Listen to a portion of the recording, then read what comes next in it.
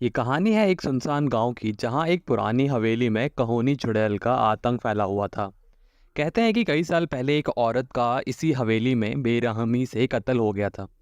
उसकी आत्मा आज भी वहां भटक रही है और रात के अंधेरे में जो कोई भी हवेली के पास जाता है वो लौट कर कभी नहीं आता। गांव के लोग उसे कहोनी चुड़ैल कहते हैं क्योंकि हवेली के पास जो भी गया वो खून में सना हुआ पाया गया। एक बार रवि और उसके दोस्त इस कहानी को एक अफवाह मानते थे। वे सब शहर से पढ़ाई कर के गांव आए थे और डर जैसी चीज़ों पर विश्वास भी नहीं करते थे। एक रात दोस्ती का जोश और हिम्मत दिखाने के लिए उन्होंने तय किया कि वो उस हवेली में जाएंगे और इस अफवाह को झूठ साबित करेंगे। रात के 12 बजे का समय चुना गया जब चुड़ैल का आतंक सबसे ज़्यादा बताया जाता था। चारों दोस्त रवि, अमित, सूरज और विकास टॉर्च और लाठी लेकर वे हवेली की तरफ बढ़े। हवेली पहुंचते ही अजीब सा सन्नाटा था, जैसे प्रकृति ने भी वहां से दूरी बना ली हो।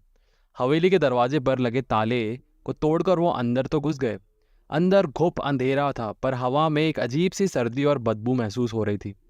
जैसे ही वे हवेली के अंदर और गहराई में गए अचानक हवेली की खिड़कियां जोर जोर से बजने लगीं।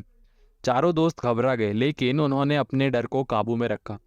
तभी एक धीमी सी हंसी की आवाज ने सबकी रीढ़ की हड्डी में सिरन पैदा कर दी। एक छाया ने अचानक सामने आकर उनका रास्ता रोक लिया। वो कोई और नहीं बल्कि वही कहोनी चुड़ैल थी, जिसकी आंखों में आग और हाथों में खून के धब्बे थे। रवि ने घबराकर भागने की कोशिश की लेकिन चुड़ैल ने अमित को जकड़ लिया। बाकी दोस्त भागने लगे पर हवेली के दरवाजे अपने आप बंद हो गए।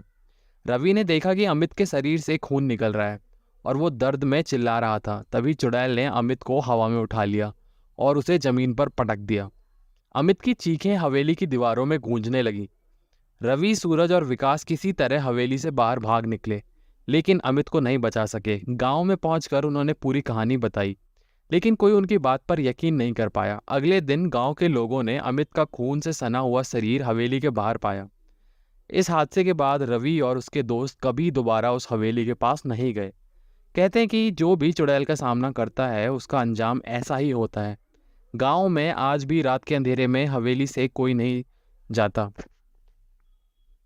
क्योंकि कहोनी चुड़ैल का खौफ अब भी गांव वालों के दिलों में बसा हुआ है। रवि और उसके दोस्तों के साथ हुई इस घटना के बाद गांव में हवेली का आतंक और बढ़ गया। लोग रात के समय अपने घरों में दरवाजे और खिड़कियां कसकर बंद रखते हैं और बच्चों को भी समझाते हैं कि वो हवेली के पास ना जाएं।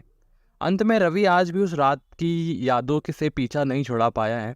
उसके मन में अभी भी अपने दोस्त अमित को खोने का दर्द है। वो अक्सर सोते सोते जाग जाता है जब उसे चुड़ैल की खौफनाक हंसी और अमित की चीखें सुनाई देती है। उसने गांव तो छोड़ दिया लेकिन हर बार जब उसे हवेली की खबर मिलती है वो जानता है कि कहोनी चुड़ैल अब भी बदले की आग में जल रही है और जो भी उसके रास्ते में आएगा उसे मौत से कोई नहीं बचा सकता। इस तरह कहोनी चुड़ैल की कहानी गांव में एक डरावनी हकीकत बन गई जो आज भी अंधेरे में खौफ का प्रणय है। कई बार हम जिस चीज़ की अफवाह समझते हैं वो सच्चाई का ऐसा भयानक रूप ले सकती है जिसे समझ पाना मुश्किल होता है।